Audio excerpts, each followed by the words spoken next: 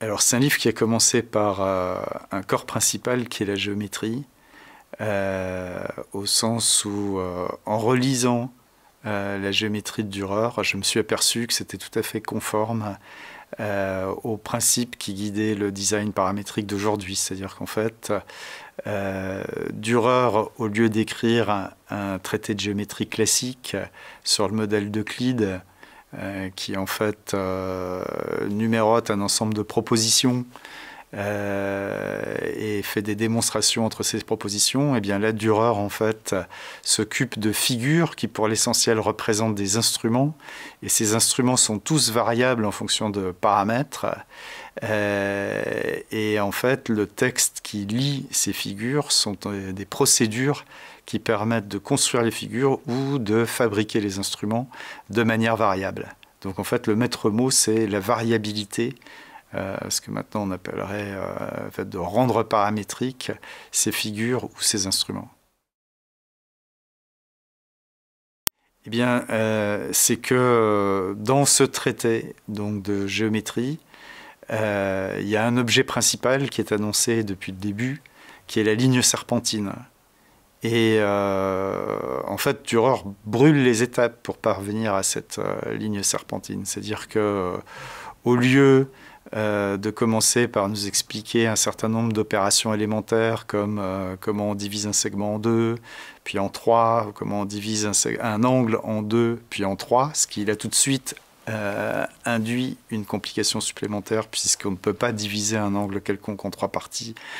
à la règle au compas. Et bien en fait, Dürer court-circuite un peu tout ça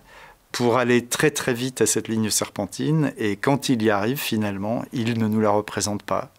Donc, compte tenu du fait que Dürer était un maître de la perspective, compte tenu du fait qu'il anticipe sur la géométrie descriptive, qu'il est le premier à utiliser des coordinations de représentation avec des lignes de rappel, comme l'a bien reconnu Gaspard Monge ou bien plus tard,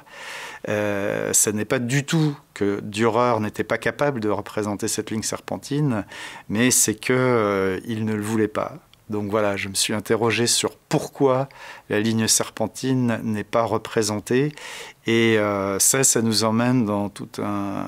grand nombre de contextes qui vont de la sorcellerie à la réception de la religion,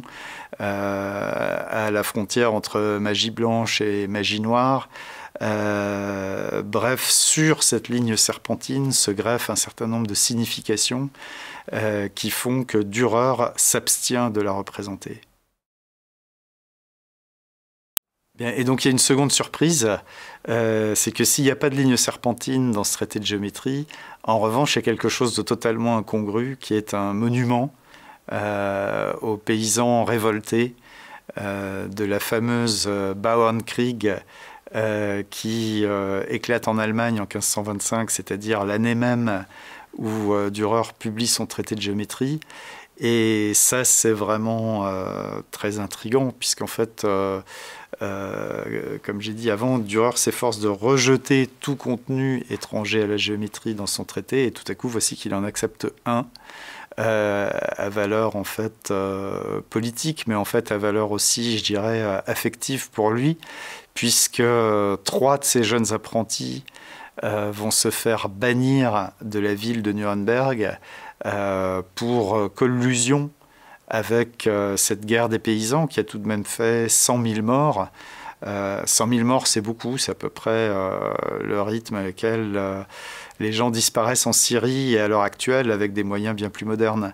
Et donc cet épisode qui est, je pense, encore très connu en Allemagne, mais très peu dans les pays non germaniques, est fondamental pour comprendre un des autres contextes de ce livre de géométrie. Alors des publics visés, il y en a beaucoup, si je puis dire,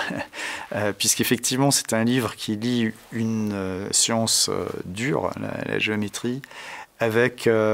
finalement la représentation artistique et l'usage que fait Dürer de la géométrie dans son art, en particulier, par exemple,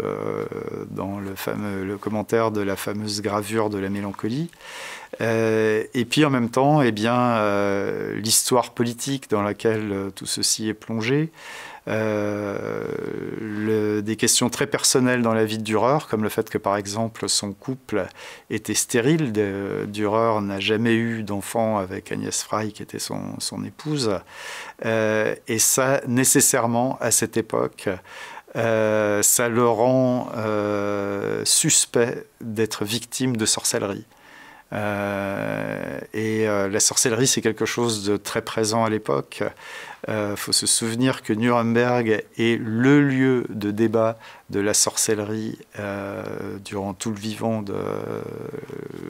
la vie de Dürer, qu'en particulier par le traité qui établit la doctrine de la sorcellerie de l'Église catholique est imprimé par 4 fois sur les presses du parrain de Dürer. Et donc lui est pris au milieu de toutes ces questions, et il est important de voir comment tout ceci interagit non seulement avec sa peinture mais avec son ouvrage de géométrie. Bref, quelque part, ce que j'essaye aussi de faire, c'est de voir comment l'œuvre écrite de Dürer, qui ne se limite pas au traité de géométrie, mais qui concerne aussi un traité de fortification,